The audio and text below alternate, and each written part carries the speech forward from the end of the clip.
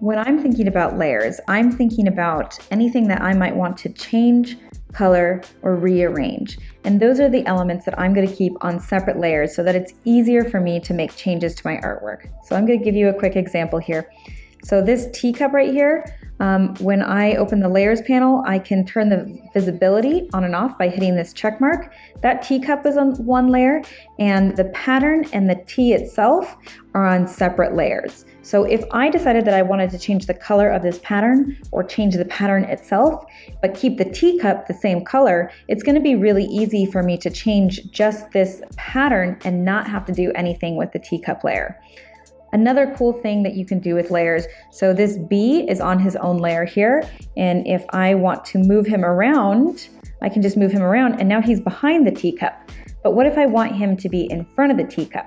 I can visually tell that he is behind the teacup because I can see it here. But if I look at my layers panel, I can also see that this bee is underneath of the layers that make up the teacup.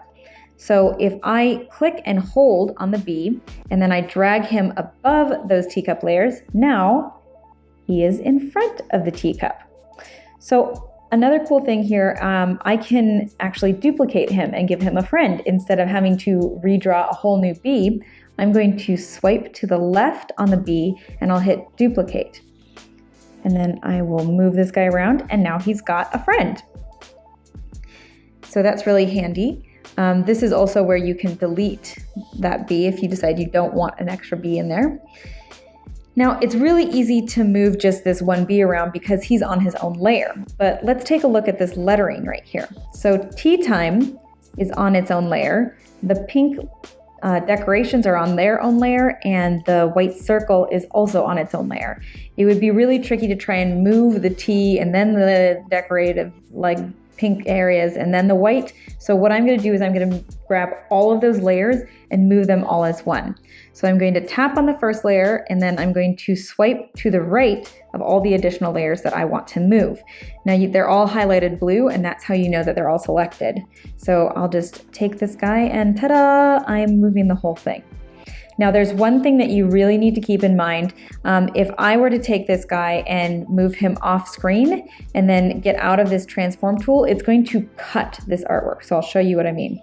So I've done that. Now I'm going to grab all of them again and try and move them. It's deleted all of that. So you don't want to take things off of the canvas and then stop moving them and get into another tool, or it's going to crop that artwork. You can use that to your advantage, but also I don't want you to accidentally destroy your artwork. So I'm going to undo that by double tapping. Okay. So it's totally fine. I'll grab all of these guys again. It's totally fine to just move him off and then move him back on. Like, that's fine. You just don't want to exit the tool, if that makes sense. Right? Okay. So if I want to add another layer, all I have to do is add, so I want to make sure that I'm not grabbing all of these. I just have one selected, or else this tool is going to disappear.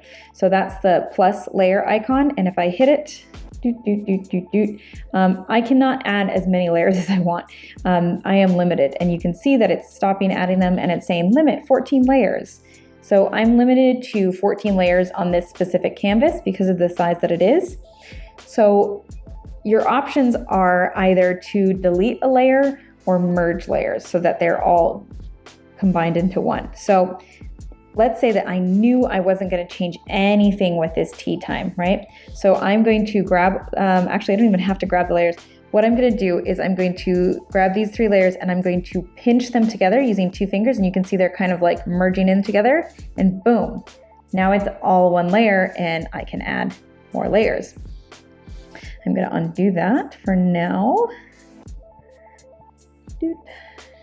So that's really handy, but if you forget what the gesture is, you can just tap and then it'll bring up a menu and you can hit merge down and it'll just merge one layer on top of the one that's on top, underneath of it. When you're doing that pinch method, you can't just grab any layer and try and merge it together. It's going to merge everything that's in between those two, so they need to be stacked on top of each other. So see, I just combined everything in there, and I actually don't want to do that. So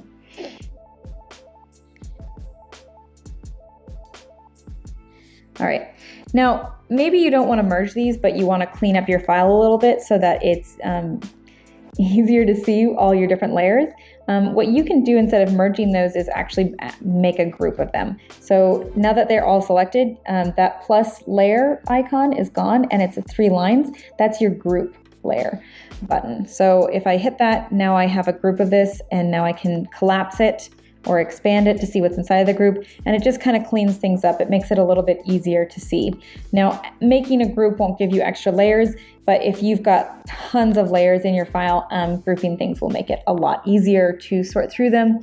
You can also name layers. You can hit rename and you can add a name to that, or you can add a name to the group.